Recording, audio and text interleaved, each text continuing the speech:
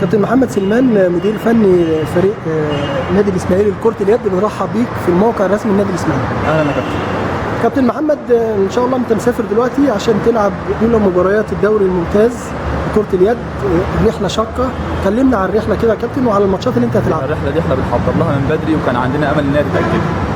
الاتحاد رد علينا اول امبارح بالظبط، قال لك مفيش تأجيل يا كابتن. احنا كنا بنأجل مش عشان حاجة، عشان الظروف الأمنية، لأن مفيش قطارات واحنا مسافرين بأتوبيس، ومسافر سوهاج وبعد كده مسافر أسوان بعديها على طول.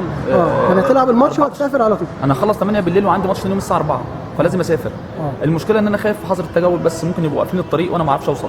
طب ما انت المفروض يبقى معاك جواب من احنا معانا جواب، بس انا ما اعرفش اي حاجة الامن يطلبها دلوقتي. احنا تحت امر، افرض قال لك اقف ما تروحش. انا خايف الولاد، اهم حاجه الولاد.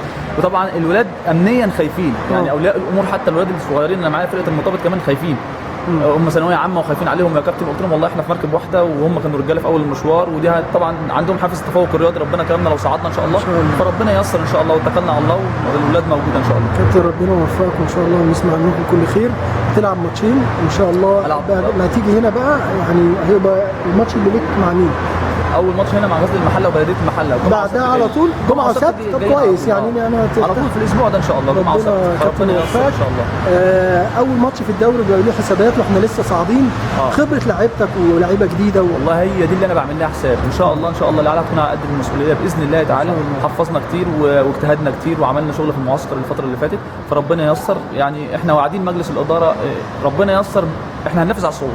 بس احنا يعني قلنا ان احنا هنقعد، دي اول حاجه، وان شاء الله هننفذ على الصوت باذن الله. شايفين استاذ ابراهيم ابو علي عضو مجلس الاداره معاكم في التمرين، بيحضر بيشجعكم، بيحضر على اتصال باللعيبه وعلى اتصال بينا. يعني اول عضو مجلس الاداره اتصل باللعيبه شخصيا ويحفزهم ويشوف طلباتهم ايه من عندنا ومن اللعيبه ومن الجهاز وكل حاجه. واللي هو فتحي بلبو طبعا موفر لنا كل الامكانيات. هو ده الراجل ده صراحه يعني لا يعني جندي مجهول في نادي الاسماعيلي بالظبط. يعني لما بتقف الازمه عنده بيحلها على مسؤوليته الشخصيه، ودي حاجه نادره لما بتحصل في الظروف اللي احنا فيها في النادي الاسماعيلي بصراحه. والحاج محمد ابو السعود برضو، يعني لحد امبارح كان في ازمه في موضوع الفلوس بتاعت السفريه، هو طلعها وقال لك يعني هو وعد ان شاء الله لو الولاد كسبت هيصرفهم مكافاه كويسه. فالحمد لله ربنا ييسر ان شاء الله. كابتن نتمنى لك التوفيق وان شاء الله ترجعوا بالسلامه ومقبولين ان شاء الله. ربنا يخليكم، دعوات.